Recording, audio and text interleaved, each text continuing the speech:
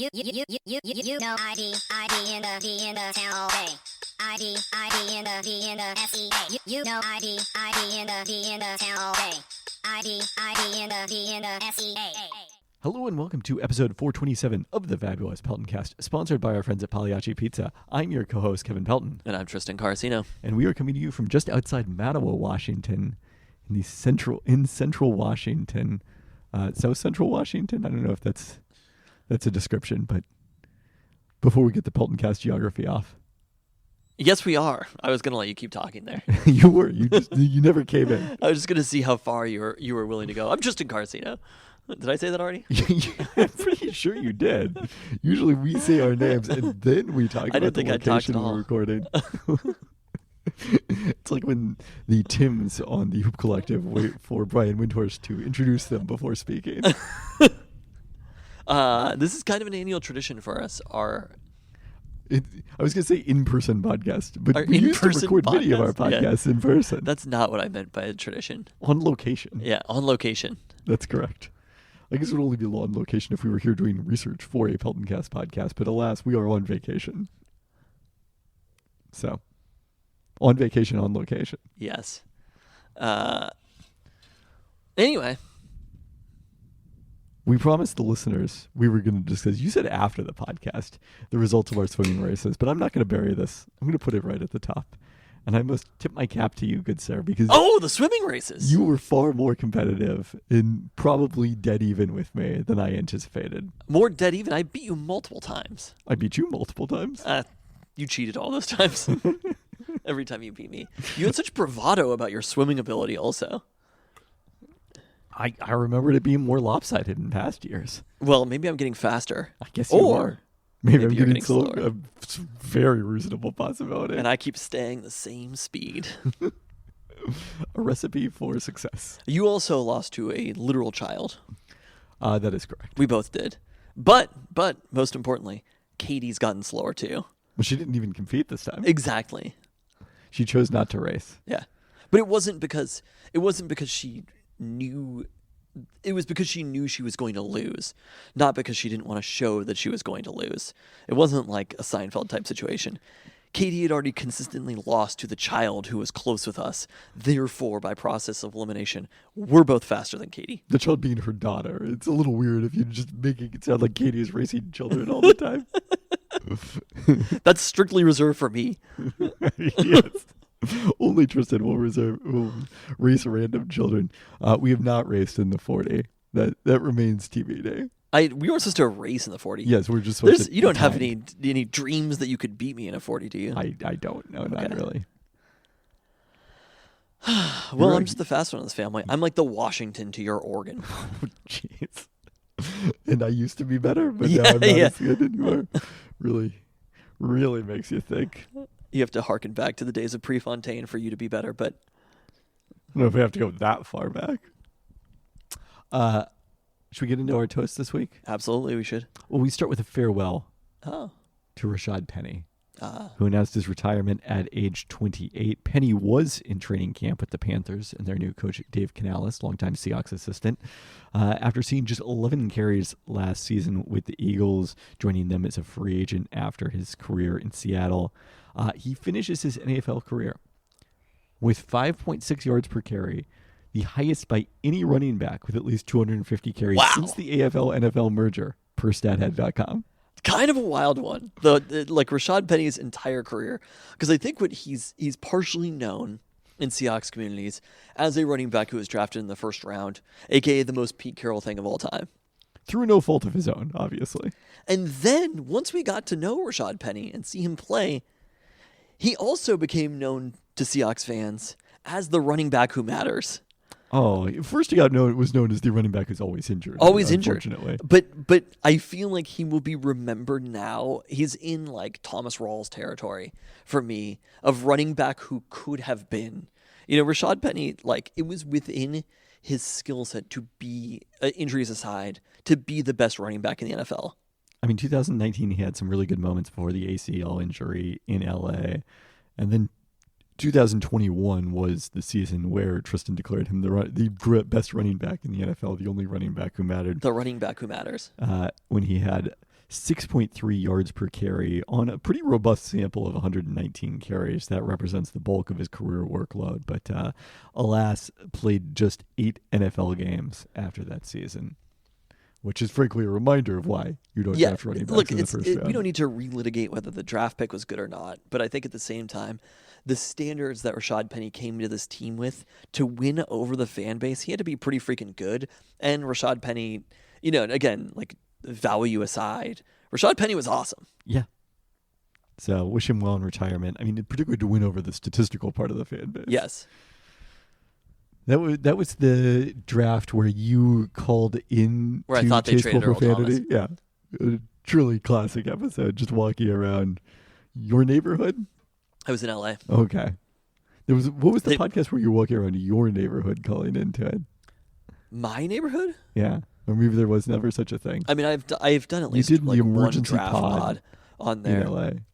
I did the next emergency pod in LA, not the next one, but I did that one from LA. And then I also did the one when the Seahawks beat the Niners on Monday Night Football with Jadeveon Clowney. Yeah. I did that one walking around in LA, and the Sounders had just won MLS Cup. There you go. All right, well, the rest of our toasts move us into our next topic. Okay. It's that time of year. It's that week where we become an Unlimited Hydroplane Racing Hello. podcast, first and foremost. So we give a congratulations to Corey Peabody, the winner of Sunday's Apollo Columbia Cup as part of Tri-Cities Water Follies. But we also give a congratulations to Dave Vilwalk, who became the oldest driver ever to win in H1 Unlimited Heat at age 70, winning Heat 1A as part of the Columbia Cup. Incredible. It's so funny, like, he seemed like an old man in the 90s because he was. Yes. It's also an especially funny contrast to, like, I was inspired to bring out he's the oldest player in the league at age 32, a miracle. Yeah. Because they were checking out Simone Biles. Spoiler alert, she won gold. Okay, great. Helped the USA win gold, at least, at age 27. Oh, advanced age of ancient. 27 in gymnastics. But yeah, I mean, Dave Villock is 2 years younger than Jan, and he's out there winning hydroplane races. And maybe you don't know Jan personally, but to me, I would not recommend her. I'm not a doctor or anything. I would not recommend Jan drive an unlimited hydroplane.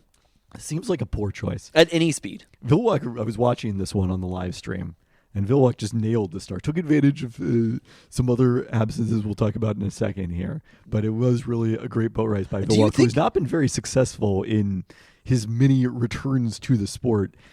His last actual race victory was in 2013. Wow. I think is he still the winningest all-time driver? I'm not sure about that, but either one, he's in the top 3 without question. So he's made multiple returns. Yes. When was the last time that he raced? I think he also drove last season, but there was a time where he came back a few years ago and just kept getting penalties. Oh no! And it was like, how much of a factor in hydroplane driving is age? I mean, like, what is the obviously peak age for a hydroplane driver? If there was anybody on Earth who is going to do statistical analysis for what the peak age for a hydroplane driver is, I am sitting with them. That is correct. A, and thank you.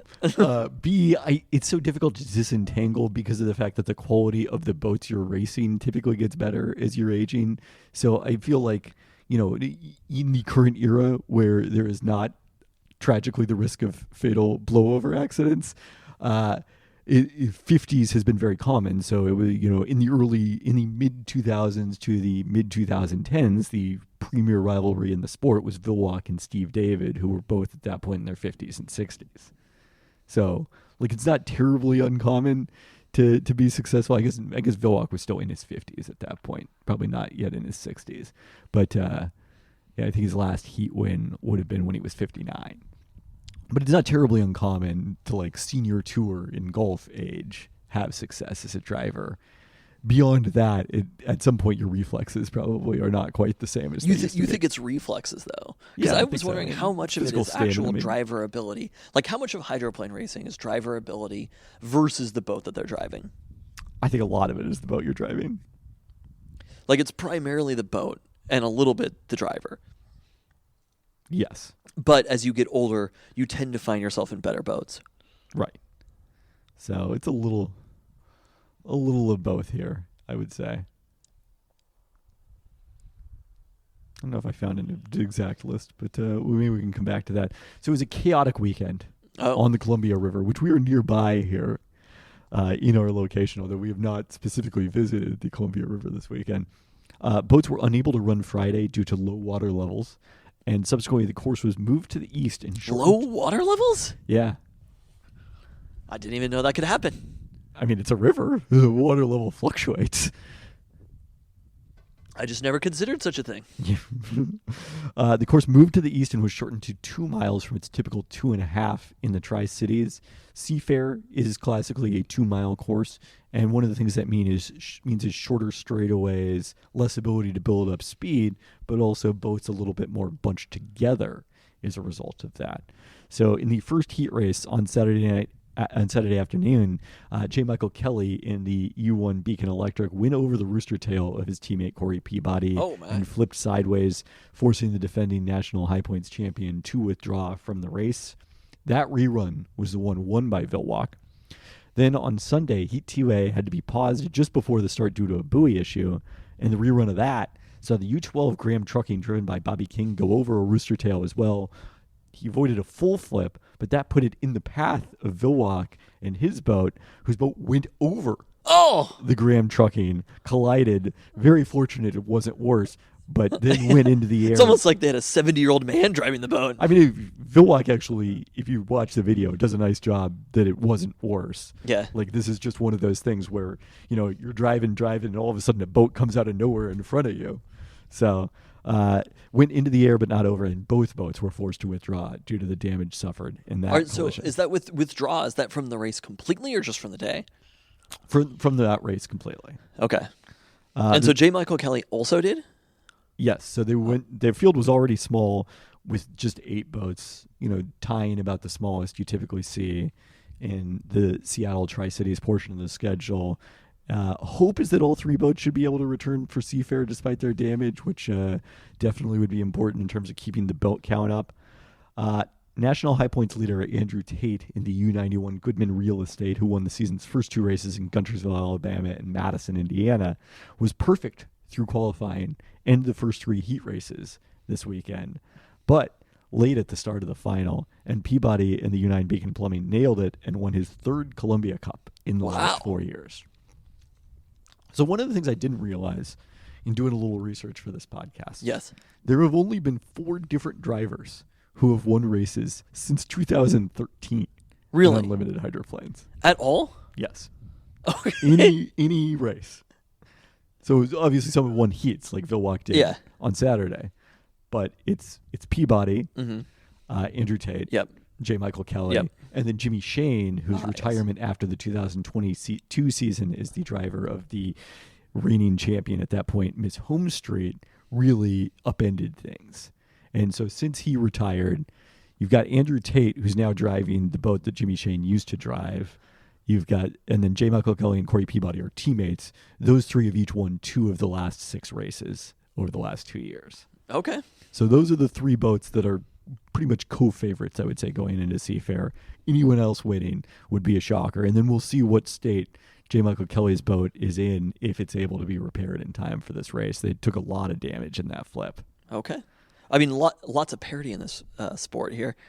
But is that partially a process of the quality of the boats is those drivers are just driving much better boats, right? Yeah. And there just aren't that many races. That is also true. I think that's the big thing is, I mean, how many races are there total per season? 5? So there were only 4 last season. This season we were back up to 5 because San Diego has returned to the schedule. So it's the San Diego, and then Huntsville, Madison, Indiana. Guntersville is the location in Alabama. Guntersville, Tri-Cities, and Seattle. And they're hoping to resume what had traditionally been the Gold Cup in Detroit has been off the schedule, I think, since the pandemic at this point, maybe the year before that even. At the peak of hydroplane racing, how many races would there have been per season? About 10 to 12. Okay. So obviously that makes a big difference in terms of a national, sponsorship campaign that we don't see a lot of national sponsors, if any, at this point. But so it partially says something about the parity in the sport, but it also says something. If you have 10 to 12 races, that's just more opportunities for different stuff to happen in each of those races. When there's only 4, it's not that surprising that 4 different drivers would have dominated the sport in that time period. Without question, but there were bigger schedules if you go back, a decade ago. And that's why I was so surprised that this trend holds all the way back to 2013 when Villewalk won a race. Jean Theoret, you'll recall, was the last race driver besides those 4 to win Frenchman. a race back in 2013. Was he Quebecois? He was Quebecois. There we go. Remains Quebecois. He was on the broadcast, I believe, for one of these races this year that I heard. Okay, so is this an official preview of Seafair right now? Or do we have more? Do we have more to go on the Seafair? Oh no, Jean Theoret was not the last one. I'm sorry, I misspoke on that. I double check it. Kip Brown driving the Nate what was Brown's then the son. Ulstrom boat. Yes, or nephew, I believe. Nephew. Okay. Yeah. Do we have more to preview for Seafair itself?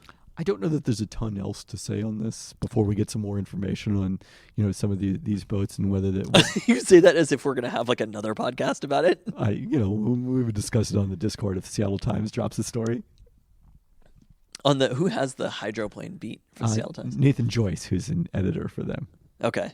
Do you think it's just like out of interest? He covered them for many years for the Kitsap Sun when he was writing there. Okay, fair Bob enough. Condota, many-time national hydroplane coverage of the year. I forget what the award is. Wait, really? Oh yeah, back in the day he used to do it, but now it doesn't. Like Seahawks training camp has already started by the time, whereas UW training camp didn't, so he could do it back in the day. That's really funny. I feel like Bob Condota is definitely up there with Seattle's most Seattle person. Speaking of failed searches. Okay, so talking about those champions that we should be watching this weekend. First off, are you going? Yeah. of Okay. course. Saturday and Sunday? That's my anticipation. Friday? We'll see. Okay. When you go to this, I feel like we do have this conversation every year.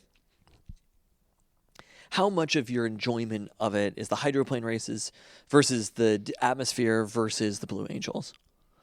I mean, with all due respect to the atmosphere, probably not very much on that. Uh-huh. I mean, unless you're just saying like tradition. Yeah, that's kind of more what I mean. Okay. I mean, again, the atmosphere is lovely, and one of the things that I like to point out to people It's supposed is, to be a really nice weekend also. even though the hydroplane races are not the draw that they once were, Uh-huh. or anything close to it, like the idea that like Seafair is dying is not accurate. That when you go to it, it actually is like an incredibly diverse crowd, but it's not people who are there like, okay, I got to keep points on who's going to be in the final. Yeah. Do you feel like it ever was, though? I feel like there's this idea that there was people were a there to core. drink and party back in the day also. That's true. Yes, especially on the log boom. It's not like this generation just invented that. In fact, I think if you look at it statistically speaking, the younger generation is almost the exact opposite. But I guess what I would say is there was enough of the fans that grew up when Seafair was novel in the 50s and 60s, and hydroplane racing was one of the biggest things in the care city about without the sport professional more sport. than just the atmosphere. So our grandparents, for example, were there throughout the 90s and the 2000s and are no longer with us, and that generation no longer is. It's actually a pet peeve of mine when people talk about how no one, and I'm guilty of this myself, of course, but they're like, no one cared about that. And it's a movie and it made like $100 million. And I'm like, I mean, yeah, but like it made $100 million. Like these things are all relative. Something could be massive, like selling tickets to something. If it's at a 350 cap venue and you sell 350 tickets, that's massive. But also, if no one's there at a 70,000 cap venue and you have 10,000 people there, 10,000 people were still there. That's correct. That's not no one cares about this. And it's probably the same with Seafair, like attendance-wise. It's like no one cares about Seafair. It is literally thousands of people who care about Seafair. I mean, I don't know what the actual attendance figures are, but I got to assume it's up there with the most attended events in Seattle all year long. So it is kind of funny how people sort of generalize that. But anyways, what I'm trying to say here is that it's just like for these people, it's an outing. It's a thing to do on a weekend with the kids, that sort of thing, which is great. It's a different... I mean, it's partially that. I think it's also, there's the like log boom crowd though. There's the like party crowd that this is one of the party events of the summer. I'm like so not exposed to the log boom But you know crowd. it exists. Obviously. Yeah. But I see people on the shore. Like, I do I'm think speaking more that's from another experience. element of the no one cares about that anymore thing. And it's like, well, this also might matter to people who are part of a community that you're not part of. That is very true. And for the most part, it's talking about like middle to upper class white people. And it's like, maybe it's not as exciting for that particular group of people as it was 2 decades ago. So I'm pretty sure they did this last year as well. They definitely are doing it this year. The final of the hydroplane race, the Apollo Mechanical Cup this year, Home Street withdrew their sponsorship both from the boat and from the race this year, so they're not involved anymore. Is before the Blue Angels fly. So the final is before the Blue Angels fly. It really hammers home like what is the most important thing. They got the hammer, literally. Because no one is like going home after the hydroplane race ends. Everyone is sticking around for the Blue Angels, whereas the inverse was true, even though you still had a good crowd for the final race. I kind of like this idea. So, have you considered leaving before the Blue Angels are finished? I mean, I'm also there for the Blue Angels. The Blue Angels are a high percentage. They're not as important. I'm not watching live streams of the Blue Angels performing last weekend in Fargo the way that I was watching the hydro races. I still also have to finish that Blue Angels documentary on Amazon. Yeah, if there was a hydroplane documentary, you'd have already watched it. Yeah, gone to the premiere. So you're saying it's like, let's put this in percentage terms, like 60% hydroplanes, 30% Blue Angels, 10% it's just a thing that you do this particular weekend every year. Not it's a thing I do. It's a core part of my identity. Seafair. You are not changing. It is a core memory. Like Seafair was the high point of the summer. I mean, I guess we've talked about this. Seafair actually wasn't the high point of the summer. It was Waterfallies because of the fact that it was also going to visit the famous cousin Katie and her siblings. Now I'm around her all the time. It's not novel anymore. Okay, my follow-up question to this. How many of these drivers, there were, I guess, 3 racing that you think have a legit chance? Yes. Or from the greater Western Washington area? So Andrew Tate is from the Detroit area, like his is his father, Mark, who obviously was. And then the other 2, J. Michael Kelly and Corey Peabody, childhood friends from the Kent area. Kent? Yeah. We just looked it up. Kent Meridian is where Kent Meridian High School. J. Michael Kelly went to high school. Okay. We're still seeking information on where he went to college. If anybody has information on where J. Michael Kelly went to college, settle it. Drop it in the chat. It's exactly what the Discord is for. If that gets someone to sign up for the Discord, we'll really be doing well. We need you to do some incorrect Peltoncast geography. All right. Let's return to our search for Seattle's best cookies. Which, usually I say took us to a certain location. A little different in the case of the place that we reviewed this week. Pinckney Cookie Cafe, a Seattle area gourmet cookie company whose website describes them as we offer refined takes on classic favors as well as bold new creations using only all-natural ingredients and dark Belgian chocolate. Pinckney was founded by Michael Pinckney in 2009 as a second career after working in the tech industry, including at Microsoft. And it is primarily sold for nationwide delivery, but also available at local farmers markets, including the West Seattle one where I picked some up on Sunday. Got it. Before we headed over here. And they do offer pickup at their Kirkland baking facility as well. But I think that kind of informs the conversation because this is not, a cafe you're going into and they're baking fresh cookies daily that are exclusively to be eaten that day. Yeah, that makes sense. I thought the cookies overall. So what did we end up having? I got a chocolate chip, several chocolate chips. One of the, I don't know if you tried this, the Bing Bling, which has cherry. Oh, I don't know if I did try that. Are there still more of those? There might not be any more of that. I don't know if I can identify the bits that are still left in the bag from each other, except there is a full snickerdoodle, I think, and a full chocolate chip. Okay, I wasn't sure whether the snickerdoodle was earmarked. At this point, I think it would be up for grabs.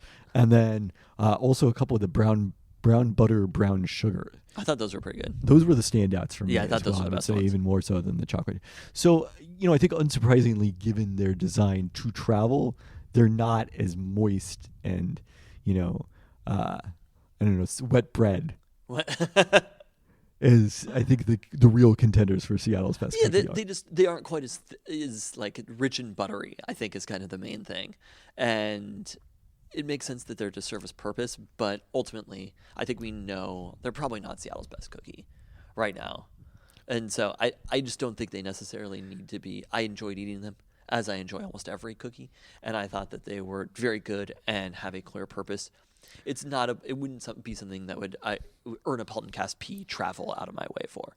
I think that makes sense. I mean, I think, that's in the one Peltoncast P category, isn't it? I don't know. You made this up. You have to figure out what they mean. I think that's in the 1B category. But if you do want to try Seattle cookies and you're not in the Seattle area, there's a handful of locations that do ship.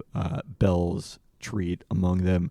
But this is one of those places that you can definitely try and is designed for that. Will hold up well, for the journey. All right, no takes this week? I've been here. Well, the Seattle I Mariners haven't had time to write takes. have made some trades. We offered some takes last week on a rare Mariners emergency pod after the Randy Arozarena and then also Jimmy Garcia trades. They continued to stay active since we have been here in Central Washington. On Monday, they added Justin Turner from the Blue Jays in exchange for minor league outfielder R.J. Schreck. How familiar were you with Justin Turner?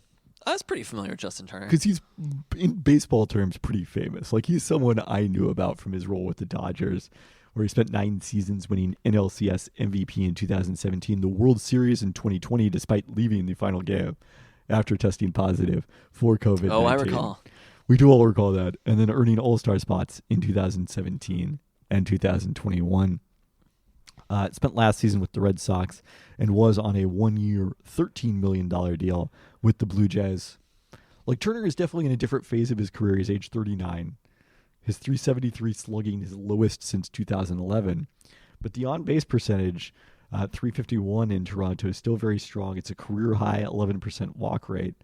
And one of the things that Jordan Schusterman of Cespedes Family Barbecue noted, second this season in pitches seen per plate appearance. Yep. Randy Arozarena also in the top 10 in this category. So is J.P. Crawford. Yep. So Mariners now have 3 of the top 10. And here's, I don't know if you knew this, the Mariners were already number 1 in the league. Wait, in really? pitches seen per plate appearance. I mean, the thing is when you strike out that much. Exactly. The easiest way to see a lot of pitches is to not hit them. That's very interesting. So they already were first. Yep. And they have added to that after. 2 of the top 10. I think it was funny. I was telling Katie about that when we were watching the Mariners game today. And I was like, Justin Turner almost never strikes out, which is true. And I was like, he was number 2 in the league in pitches per plate appearance, right? Yeah. So with those 3 players, there's a clear intent from the Mariners on what they want to do. They are so concerned. I remember over the offseason, it was like, I remember saying something last year to you where I was like, there's something more hidden that's off with the Mariners. And then at some point I was like, oh, they're striking out like an insane amount. Over the offseason, it was pretty clear that they were trying to eliminate at least some of the strikeouts. They went to almost by any means possible to eliminate some of the strikeouts, getting rid of Kelenic for almost nothing, right? And adding players that they felt like would improve in that category, and they didn't. And now they're like, well, we are going to the most extreme end to figure this out. And they're like, no matter what, ultimately these batters might strike out some. No matter what, this Mariners team is going to see so many pitches. And they're like, clearly this is what we want. We do not want to strike out anymore. That is it. That is goal and mission number 1. I don't agree with that because, I mean, it's not like they have terribly low strikeout rates. If you see a lot of pitches, again, you're going to strike out a fair bit. Like, if you want to not strike out, you take the Ichiro approach and just make a lot of contact. I think the Mariners would take that. They might be looking at this as kind of a combination of both of those things. But both Randy Arozarena and Justin Turner are very good at getting on base compared to most Mariners. Correct. I mean, they also haven't dealt with whatever is going on with T-Mobile Park. We talked about it on the emergency pod. I'm going to be very fascinated to see if that continues through the rest of the season. Weather is a little bit less of a concern, but I'm very fascinated to see if that continues because I personally just do not believe that it could be the case. I mean, it is the case. And first off, the sample size is still relatively small. The sample size is relatively small this season. Let's be clear.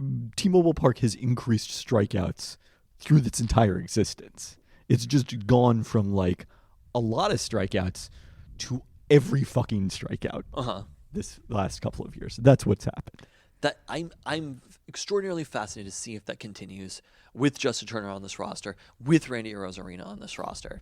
But again, as we talked about on the emergency pod, it's not just the Mariners. Visiting teams are striking out an exceptional amount at T-Mobile Park as well. And I mean, we have seen it in this road trip where the Mariners are all of a sudden scoring a lot of runs. And yes, they were playing the White Sox, but the White Sox are not notably poor at preventing runs. They're notably poor at scoring runs, which they also did not do in that series. And then they go to Fenway Park, which is, the wacky funhouse opposite of T-Mobile Park. And the Mariners are putting up a lot of runs. The Red Sox are putting up a lot of runs. These are high-scoring games. So I really think a lot, not all of it, but a lot of it, I think, in terms of the pitching-hitting split, not the overall ability of the team, but the pitching-hitting split in particular, a lot of it to me is T-Mobile Park. Do you think that the ballpark, so the Mariners have played all these one-run games. They've been fairly successful in one-run games over the last handful of years, but they've played all these games. How is that part of T-Mobile Park? Is that just a byproduct of the ballpark that they're playing in, that if you're not going to score that many runs, you're going to end up in a lot more one-run games? I think that is inevitably the case, yes. I feel like the Mariners and the Seahawks are weirdly similar. Oh, yes, 100%. I hadn't really considered that until now, but there was a time with Pete Carroll where you had to be like, there might be something to this, that they're winning all of these close games. And that they're playing all these close games. And that they're playing all these close games. And for the Mariners, it's like, there might be something to this. It's not statistically quantifiable, but there might be something to it. I mean, I think it is quantifiable that if you score less runs, you're more likely to play a one-run game. It doesn't make you more likely to be successful in them, though. No. So 2011 was the first year that strikeouts really started creepy up at T-Mobile Park. They were 14% above league average that season. There have been a couple of years, 2020, the shortened season in 2017, where they were only 2% better than league average. Every other season, they have been at least 6% higher than league average. And again, this season, 23%. That is insane. Yeah. So more to come on that. I'm telling you, that can't just be about the ballpark. 23%. But it's literally a measure of the ballpark. Again, I'm telling you, it's the difference between home games and road games. The same players are playing. You see them in these road games, and all of a sudden Jorge Polanco is a hidden machine. I think the theory I threw out on Discord is that maybe it went up the last 2 years. It was 113, so 13% higher than league average last season, and then 23% this year. That's when the Mariners moved to starting games at 6:40 p.m. typically, as opposed to 7:10 p.m. So you're putting more of the game in the daylight hours, and whether that could potentially have something to do with it. Now, understand that the Mariners analytics department, if there's something that I have thought about as a casual Mariners fan on the outside, obviously the Mariners baseball staff has thought about it and looked into it, and nothing changed after last season. But I hope that is something they are looking at very closely right now. I mean, I think it is, and I think that's what leads us to the Randy Arozarena and Justin Turner acquisitions on offense. But I do think it's more just about getting good hitters than... I agree that they also just need good hitters right now. So Turner basically steps into the Ty France role. He was largely playing DH in Toronto, played a little bit at third base, a little bit more than that at first base. Got to start at first base in his Mariners debut on Tuesday, hit cleanup, drove in a couple of runs, kind of delivered everything you wanted, I think. Mariners gave up yet another 2023 draft pick in R.J. Schreck, who they had drafted in the 7th round. But it is interesting that they exclusively traded away players. The prospects of note they traded away exclusively from last year's draft, and all very far at this point from the majors.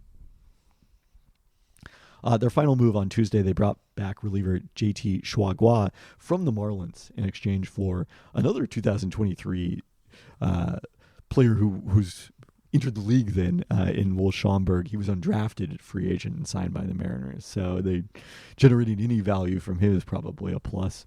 The Mems signed Schwagua in 2021, but dealt him to Tampa Bay as part of the deal for Diego Castillo. He has spent the last 2 seasons in Miami, had pitched just 16 2/3 this innings after neck spasms, but just some bullpen depth. I mean, I think the 2023 draft pick thing, that's the first year they can deal draft picks, right? I mean, technically, if you signed guys, I think you could draft them. Sign guys from this year's draft, you could then immediately trade them. It's still relatively recent, though. Yes.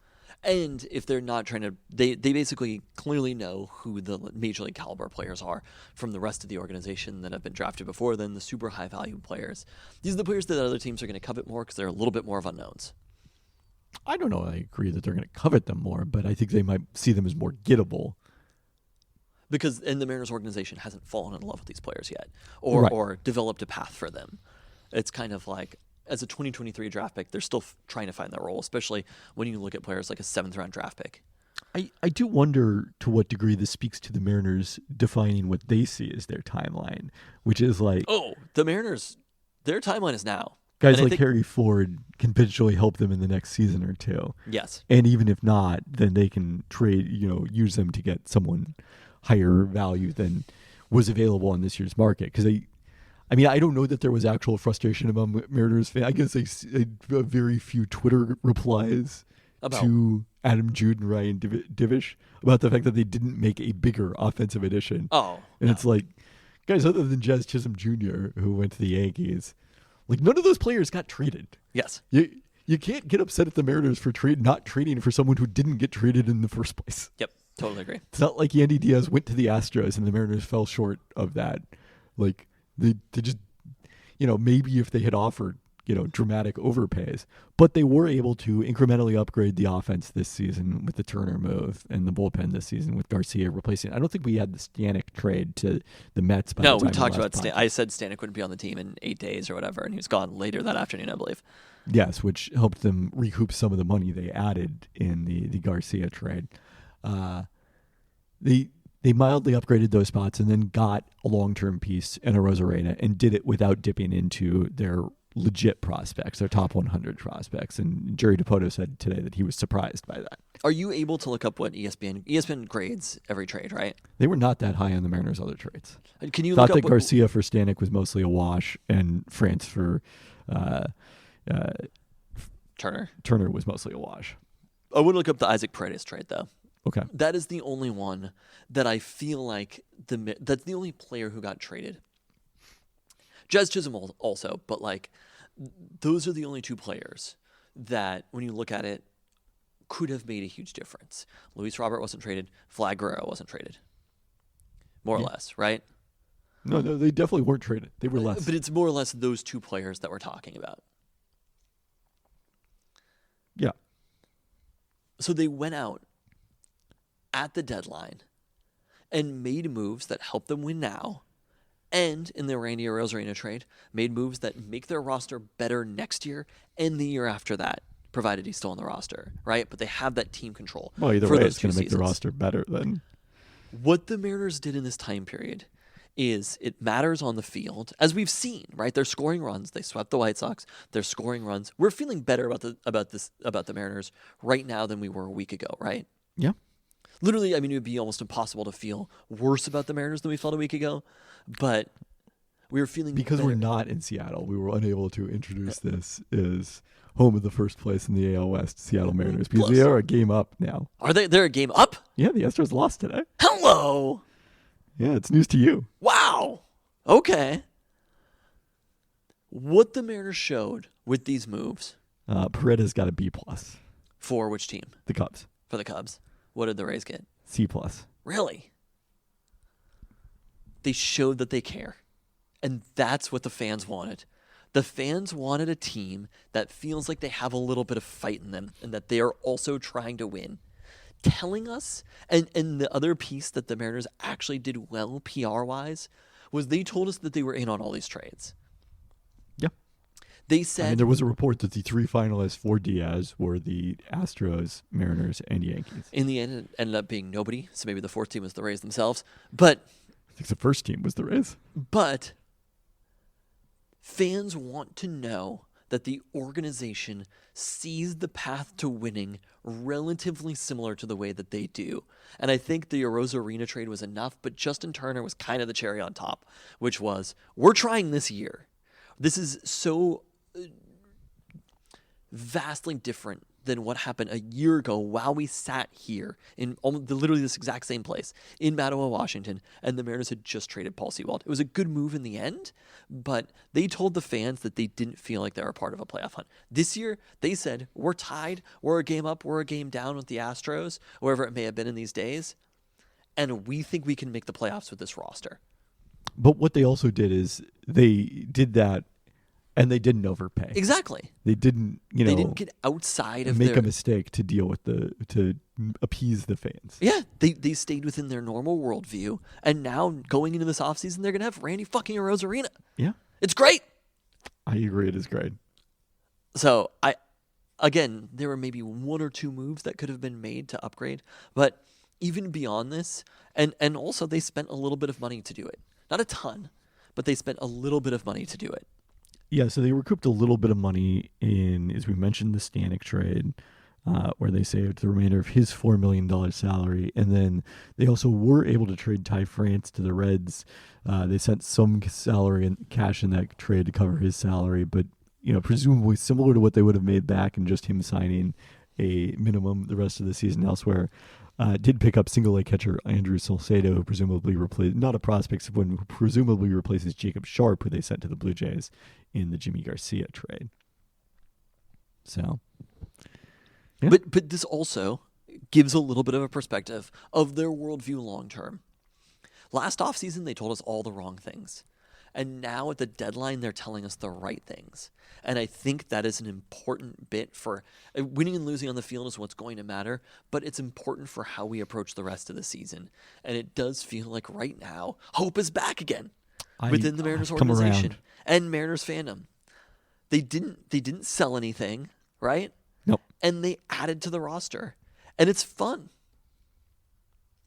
It is fun at the moment. I would agree.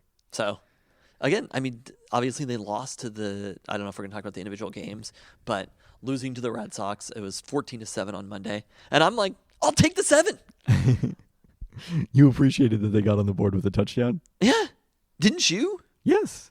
No, I felt better long term about that. They're not going to give up 14 runs on a regular basis. I mean, Logan Gilbert is not going to have 7 run innings like that. It was a fluke inning that happened. Things got away from them.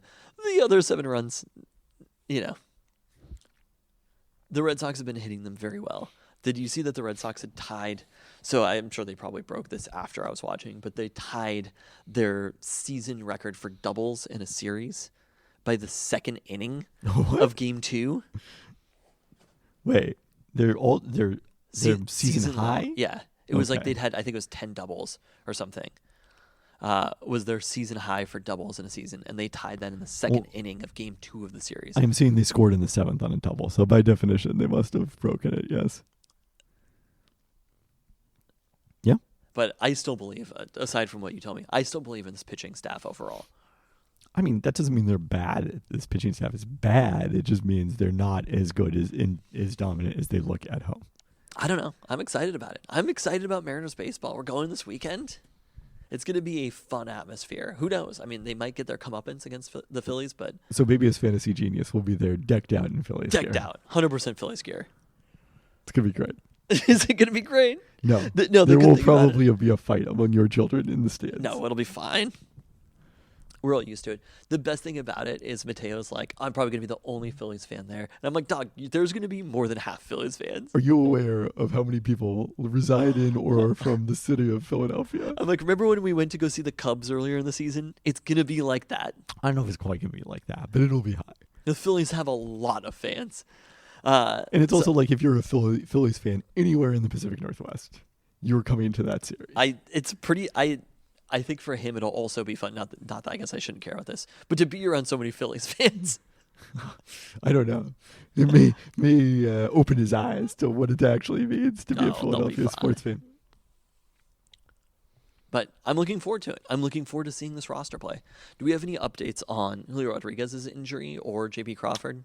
Jerry Dipoto said he saw them working out on the field as he was looking out from his office at T-Mobile Park. I don't know anything about it. Specific timeline update. That's a good update, guy. Yeah. I saw them. They're still alive. I saw them working out. They can still run. Goodness. All right, should we get into the roundup? All right. Let's start with the Sounders and Leagues Cup action. Hello. Which suddenly, I mean, the Sounders are a U.S. Open Cup team, but they might also be a Leagues Cup team. Their match last Friday against Minnesota United to open up Leagues Cup play changed in the 65th minute when Minnesota's Hassani Dotson was given a straight red for his challenge on substitute Raul Diaz, who was forced to later leave that match. We'll have an update on him in a second here. It took a while for the Sounders to capitalize, but Jordan Morris delivered the breakthrough in the 87th minute, assisted by Paul Rothrock, followed by Rothrock scoring, assisted by Jordan Morris There we in go, the Paul 94th. Rothrock. We need a name for this duo of The Rothrock Morris duo. the two Seattle natives who have been combining for a lot of success for the Sounders lately. I mean, Rothrock has been in the center of pretty much everything good they've been doing lately. So we're gonna have to come up with that. How old is Paul Rothrock? Look this up, but well, I don't want to venture a guess, but I'll tell you. I'll tell you after we. Is he young? He is on the young side. 25. I was correct. 25. Okay. Where is Paul Rothrock from? What is the whole deal with Paul Rothrock? I'm very confident we've had this conversation. On I the just podcast, wasn't ready and to hear it completely again. forgotten it. He's from Lakeside. Okay. He played at Notre Dame and then transferred to Georgetown. Okay. This all sounds mildly familiar. Played a total of 4 seasons in college before then he joined the. He was drafted by Toronto FC. Ooh. Played for them for a while, then joined Tacoma Defiance in 2023 and was called up to the first big club midway through last season. All right. Well, I love Paul Rothrock. Yeah. It's probably the most exciting Sounder in a little while.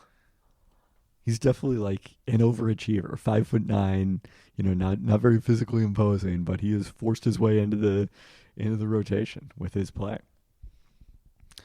Sounders had 10 shots on goal to Minnesota's 4, 2.9 to 1.3 expected goals advantage. Minnesota then on Tuesday night beat Necaxa 1-0, meaning the Sounders will win the group so long as they don't lose in regulation to Necaxa on Sunday in the finale of the League's Cup group stages, and still will have a chance to win on tiebreakers or certainly go through even if they lose this match 1-0 or by 1 goal. We did have, after the game, Jordan Morris lamenting that he was unable to participate in the Olympics as one of the 3 overage players for the USA's We have an official U23 lament team. The Sounders offered to release Morris for a week of training before the Olympics ahead of their LAFC game, but U.S. Soccer wanted him only if he could be there for the entire 2 weeks of training period, despite making a similar concession to FC Cincinnati with their player Miles Robinson, who was part of the team.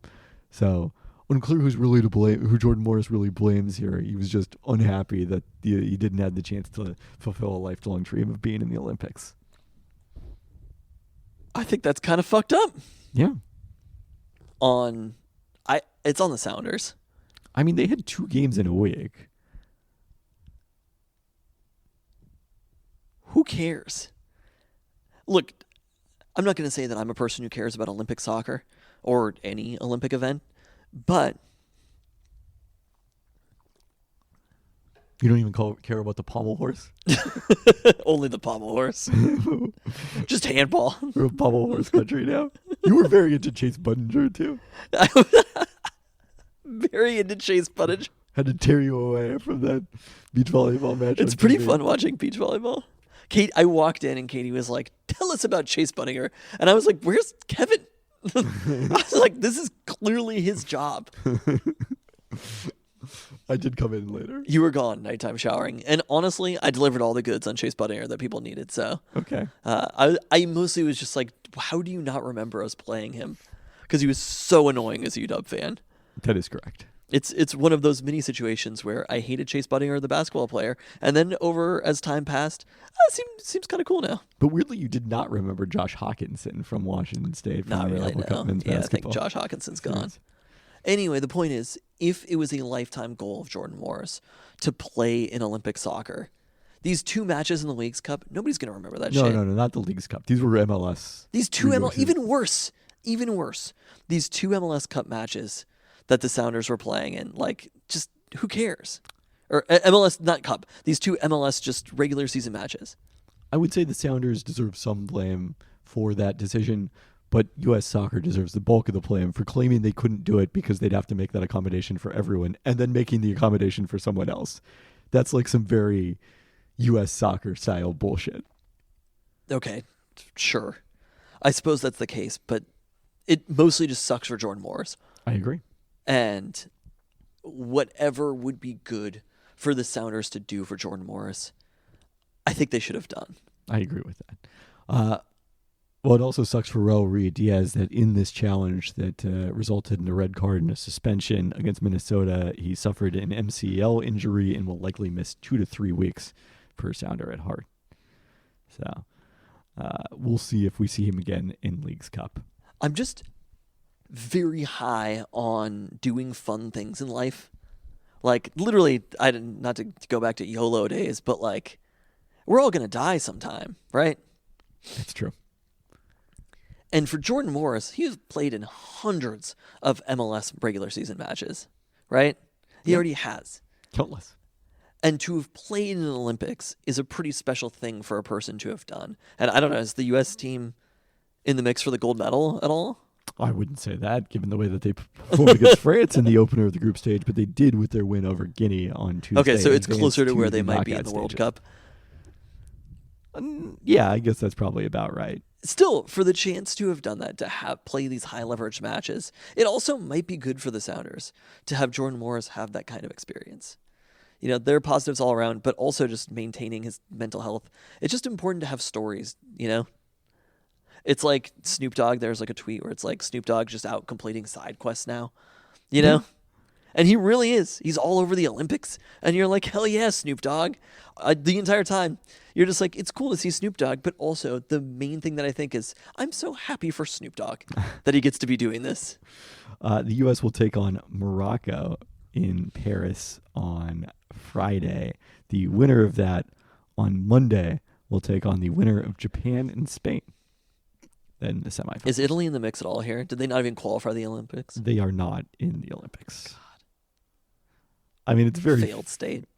Very few European squads, relatively speaking. Well, somehow Uzbekistan made it. The Uzbekistan's probably in the Asian Confederation, I would guess. Let me double check that. Is England part of it? England, it does not appear to be part of it. Okay. The European nations are. I don't even have anybody to cheer against. But now I'm cheering against the U.S. soccer team for fucking over Jordan Morris. Ukraine made it. Spain. Am I missing someone? France, obviously, is the host. And let's see here. This is good podcasting. Well, I don't really know who's in the UEFA and who's in the Asian Federation here. And Israel. Interesting. So there you go. That's not perhaps the squads I would have expected. All right, Seattle Reign FC in their interleague competition, despite scoring twice early in the second half to equalize after falling behind 2-0, they lost on Friday. A thriller to Club Tijuana 3-2 behind a hat trick from Tijuana's Aisha Solorzano. That produced a four-way tie in Group A of the Summer Cup, with all four teams having split their first two games. The winner will not automatically advance to the semifinals. So the Reign definitely have some work to do as they close group play Wednesday against their rival Portland Thorns in Portland. All right, women's basketball play has begun in the Olympics. Australia, our team, was shocked by Nigeria 75-62 in their Olympic opener. It was the first Nigerian That wasn't Olympic even win close since 2004. Essie Megbagor and Sammy Whitcomb each had 4 of the Opals' 28 turnovers as a team. Wow, this is just a shock face. Whitcomb scored 13 points, but was just 3 of 12 from three-point range. Megbagor had 9 points, 2 blocks. Lauren Jackson scored 6 points off the bench. How many turnovers? I don't know that she had a notable amount of turnovers. Man. She's getting them up. I thought Ezzy was the best basketball player on the face of the earth. Again, the best non-American player, I would say. Or the second best, I think. Still, not a great start. I I agree. It's not Is, a great is that start. the only game that they played so far? That is the only game that they've played so far. They and the U.S. will both be playing on Tuesday morning. Okay. Or on Wednesday morning, whatever tomorrow is. So now it becomes basically largely a must-win, I would say, for Australia, which isn't even looking that good in the point differential tiebreaker. Even with at a this win. point. Yeah. Whew. So, like it's far from over. They'll have a chance to make this up, but not a good start at all for Australia.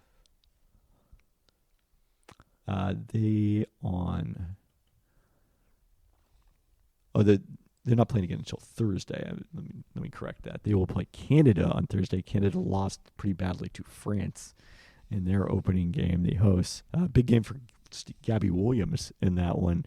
USA taking on Belgium and Emma Miesemann, who probably does have lay claim to the best international player in the world. Not currently in the WNBA though, because she has been focusing on preparation for the Olympics. Okay.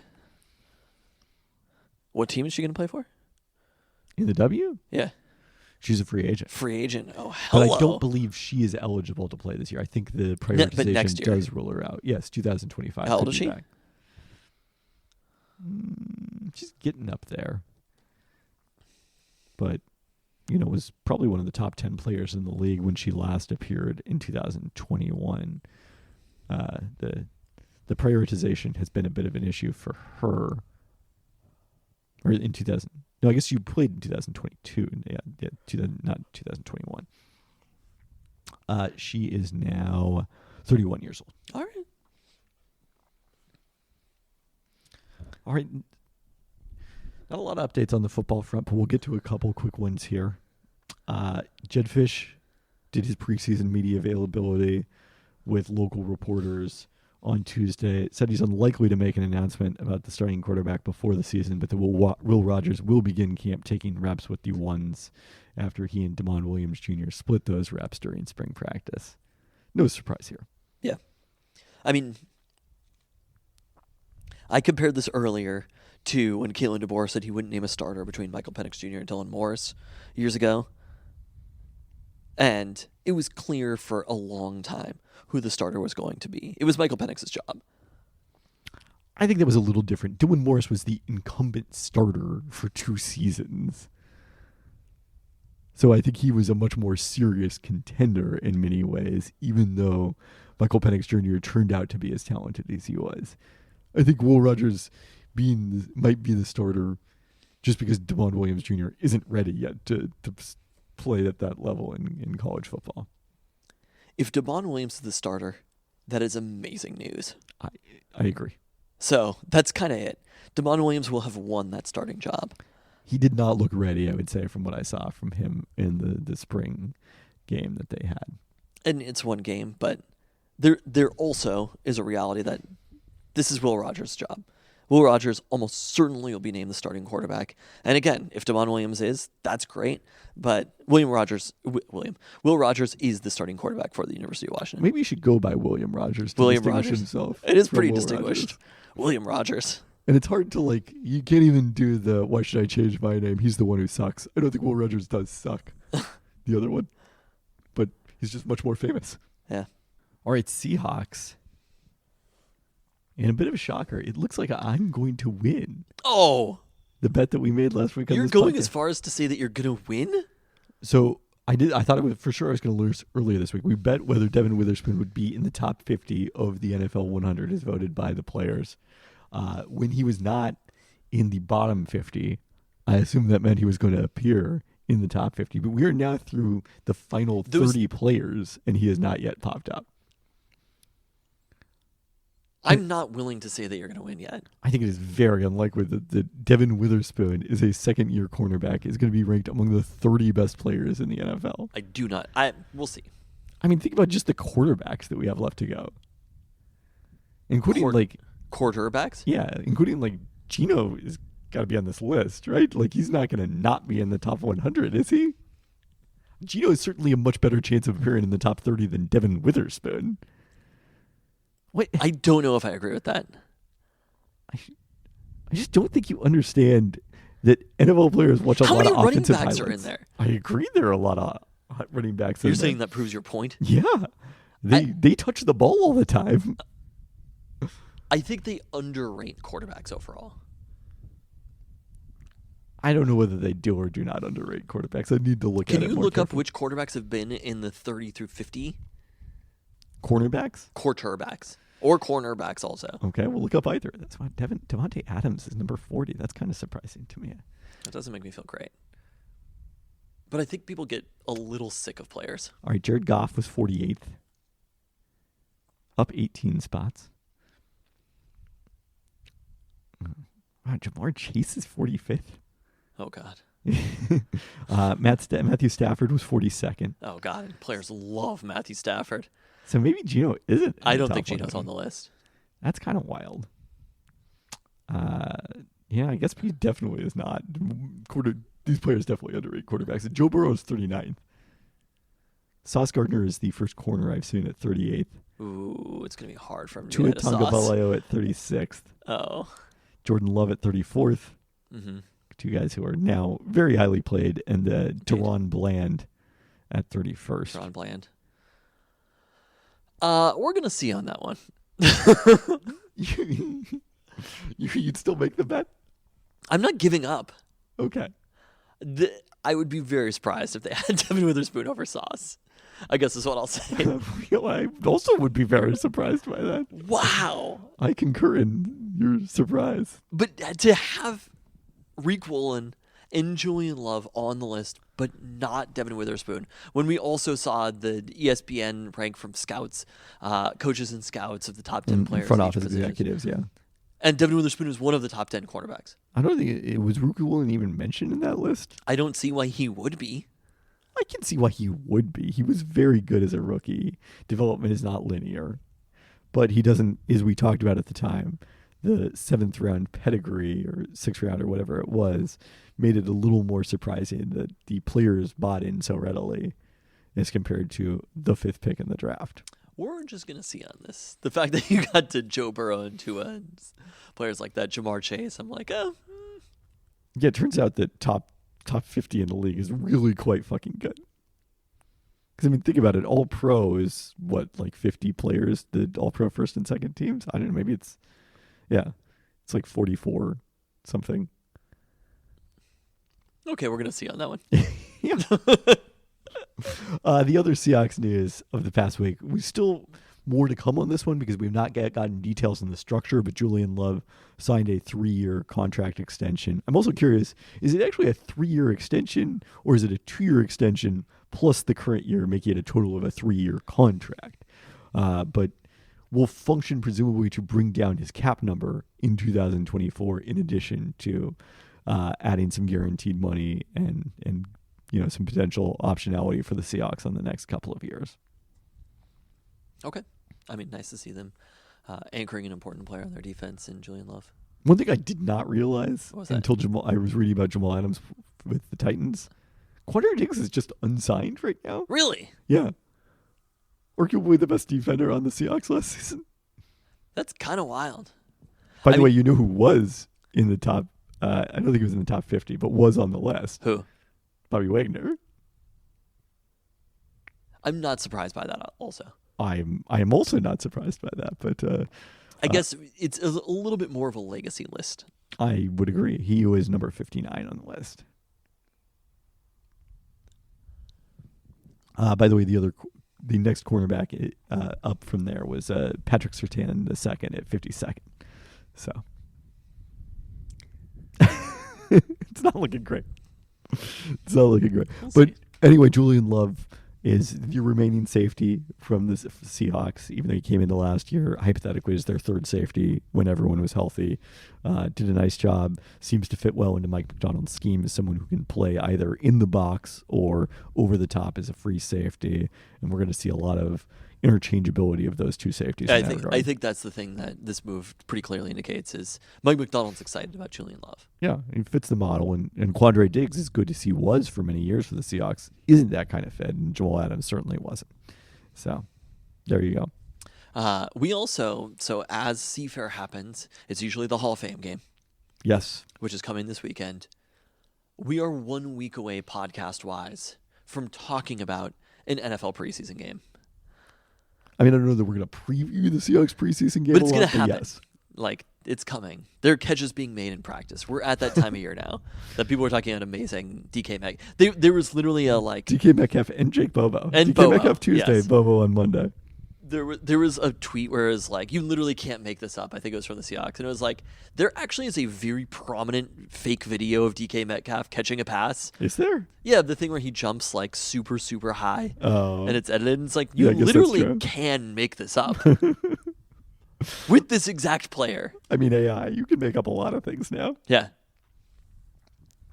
But we're in that time of year now. There was a certain joke that could have been made there, but I'm gonna refrain. Everybody's showing up in the best shape of their lives, having the best training camp of their lives right now. They're making amazing catches. We can only imagine what that would look like with Jake Bobo in a regular season game. We saw it too. We did. I gotta admit, I had not thought about Jake Bobo during the offseason. Really? You weren't sitting down and having some contemplative Bobo thoughts? I mean, I really haven't thought about the Seahawks almost at all. I mean, So- I feel like it'd be kind of strange to be sitting around thinking about the Seahawks. I think there were a number of years during the high point of the Pete Carroll / Russell Wilson / Legion of Boom era where one did think about the Seahawks 52 weeks of year. Our podcast numbers were way better then. We also used to talk about the Seahawks at all. We're just a Mariners podcast now. We're mostly our swimming races podcast. Covering our own personal swim races. we even put that ahead of a limited hydroplane racing. That's how important it was. I feel like the swim races were much more important to you than they were to me. Clearly. I don't think about you at all. Oh, no. Oh, no. That's you to Jake Bobo, actually. No, I do think about him now. I just like... You hadn't thought about Jake Yeah. Bobo. Just living your life, going along. And But bam! no one had been reminding me of Jake Bobo as part of what I'm saying here. And if someone had been reminding me of Jake Bobo, I would have been like, hey, that was great. Well, at least we've served that. You've been reminded about Jake Bobo now. Now, next to refined NFL players about Devin Witherspoon. Or not. Maybe they think he's one of the top 30 players in the league. It's- I would be pretty surprised hearing some of the. There's no way that they voted him. No way that they You heard voted him bats? ahead of. I'm pretty sure I heard a bat ahead of Sauce and Patrick Surtain. We saw an owl earlier on our walk. Mm-hmm. May have heard bats. May have seen a bat. So, there you go. It's always 50-50. That's off-season life for you. I like that this is off-season life for us. Not for you. Just for me. I guess you don't have an off and an on season in the same way. No, I don't. On that note, No, I don't. Thanks for listening. thanks.